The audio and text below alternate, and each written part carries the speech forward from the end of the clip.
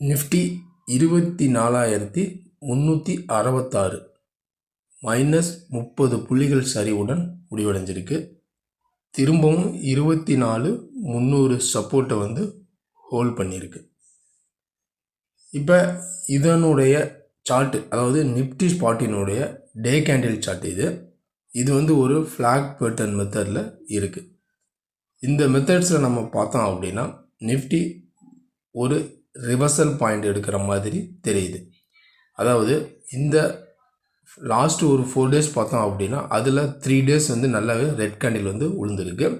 4th day பார்த்திங்க அப்படின்னா green candle கிடச்சிருக்கு. இப்போ இந்த ஃபஸ்ட்டு 3 ரெட் கேண்டில் நம்ம எடுத்துக்கிட்டோம் அப்படின்னா இந்த இடத்துல நல்லாவே ஒரு செல்லிங் ப்ரெஷர் இருந்திருக்கு. ஏன்னா ஒவ்வொரு கேண்டிலுமே அதனுடைய லோவர் லெவலில் தான் க்ளோஸ் வச்சுருக்கு. இப்போ இந்த 4th கேண்டில் பார்த்திங்க அப்படின்னா ஒரு க்ரீன் சிக்னல் கிடச்சிருக்கு. அதாவது அதனுடைய 4th கேண்டிலினுடைய பாடி பார்த்தோம் அப்படின்னா சின்னதாகவும் அதனுடைய மேல்விக்கு சின்னதாக இருக்குது. அதேமாதிரி கீழ்விக்கு கொஞ்சம் பெருசாக இருக்குது. அப்படிங்கிற பட்சத்தில் மார்க்கெட் இந்த சப்போர்ட்டில் சப்போர்ட் எடுத்து அந்த செல்லிங் ப்ரெஷரை கம்மி பண்ணி அங்கேருந்து ஒரு பையிங் கிரியேட் ஆகி மேலே க்ளோஸ் வச்சுருக்கு. இப்போ இதனுடைய கண்டினியூட்டி அடுத்தது. ஏன்னா அடுத்த கேண்டில் நம்ம பார்த்தோம் அப்படின்னா எப்படி இருக்கும். இப்போ திரும்ப அடுத்த கேண்டில் ஓப்பன் க்ரீனில் இருக்குது. க்ரீனில் இருக்குங்கிற பட்சத்தில் இந்த கேண்டிலினுடைய ஹை, இந்த ஹேமர் லைக் இந்த கேண்டிலினுடைய ஹை பார்த்தோம் அப்படின்னா 24,405.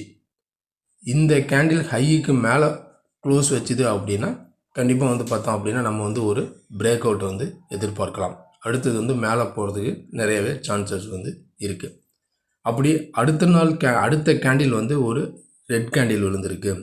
பட் ரெட் கேண்டில் விழுந்தோடனே இந்த க்ரீன் கேண்டிலினுடைய லோ, அதாவது 24,300 இந்த லெவலை உடச்சிட்டு க்ளோஸ் வச்சிருச்சு அப்படின்னா நம்ம பார்த்திங்க அப்படின்னா அந்த இடத்துல நம்ம ஒரு செல்லிங் எதிர்பார்க்கலாம்.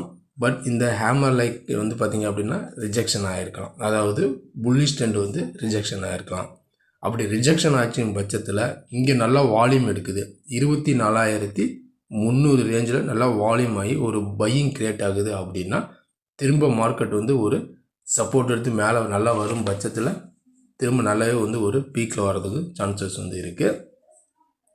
அப்படி இங்கே வால்யூம் நடக்கலை, செல்லிங் ப்ரெஷர் அதிகமாக இருக்குது, 24,300 கீழே செல்லிங் ப்ரெஷர் அதிகமாக இருக்குங்கிற பட்சத்தில் நம்ம அடுத்தது என்ன எதிர்பார்க்குறோம், 24,000 வர்றதுக்கு சான்சஸ் நிறையவே இருக்குது. அந்த 24,000 சப்போர்ட் எடுக்கல அப்படின்னா அடுத்தது 23,800, அடுத்தது 23,600 இந்த ரேஞ்ச் வரைக்கும் வர்றதுக்கும் சான்சஸ் இருக்குது. அப்படி நல்ல ஒரு பிரேக் அவுட் கொடுத்துட்டு மார்க்கெட் நல்லா க்ளோஸ் வச்சிருச்சு அப்படி, அதாவது இந்த க்ரீன் கேண்டலுக்கு மேலே க்ளோஸ் வச்சிருக்கு அப்படின்னா திரும்ப நம்ம எதிர்பார்க்குறது பார்த்திங்க அப்படின்னா 600 பிரேக் அவுட் நல்லா கொடுத்துருச்சு அப்படின்னா 24,800 வரைக்கும் வர்றதுக்கு சான்சஸ் நிறையவே இருக்குது. இதுதான் பார்த்திங்க அப்படின்னா அடுத்த வாரத்திற்கான நிஃப்டியினுடைய லெவல்ஸ். இந்த லெவல்ஸ் என்ன அப்படிங்கிறத நம்ம பொறுத்திருந்து பார்க்கலாம். இதெல்லாம் ஒரு பக்கம் இருந்தாலும் அடுத்தது நம்ம எதிர்பார்க்கறது பார்த்தோம் அப்படின்னா பாசிட்டிவ், அதாவது வேர்ல்டு மார்க்கெட்லாம் எப்படி இருக்குது. ஏன்னா இப்போ அடுத்தது என்ன சொல்லியிருக்காங்க, யூஎஸ் பார்த்தோம் அப்படின்னா ஈரான் மீது பொருளாதார தடை போடப்படும், இந்த மாதிரிலாம் ஒரு நியூஸஸ் போயிட்டுருக்கு. இது ஓரளவுக்கு மார்க்கெட்டில் இன்ஃபேக்ட் ஆச்சு அப்படின்னா திரும்ப மார்க்கெட் ஒரு டவுன்ஃபால், அதாவது திரும்ப நம்ம எதிர்பார்த்த அந்த 23,800, 23,600 இந்த ரேஞ்ச் வரைக்கும் நம்ம எதிர்பார்க்கலாம். இந்த நியூஸில் எதுவும் இல்லாமல் மார்க்கெட்டில் ஒரு நல்ல பாசிட்டிவ் இருந்துச்சு அப்படின்னா திரும்ப மார்க்கெட் 24,800, 25க்கு மேலே போகிறதுக்கு சான்சஸ் நிறையவே இருக்குது. இதுதான் பொதுவாக நிஃப்டியினுடைய லெவல்ஸ்.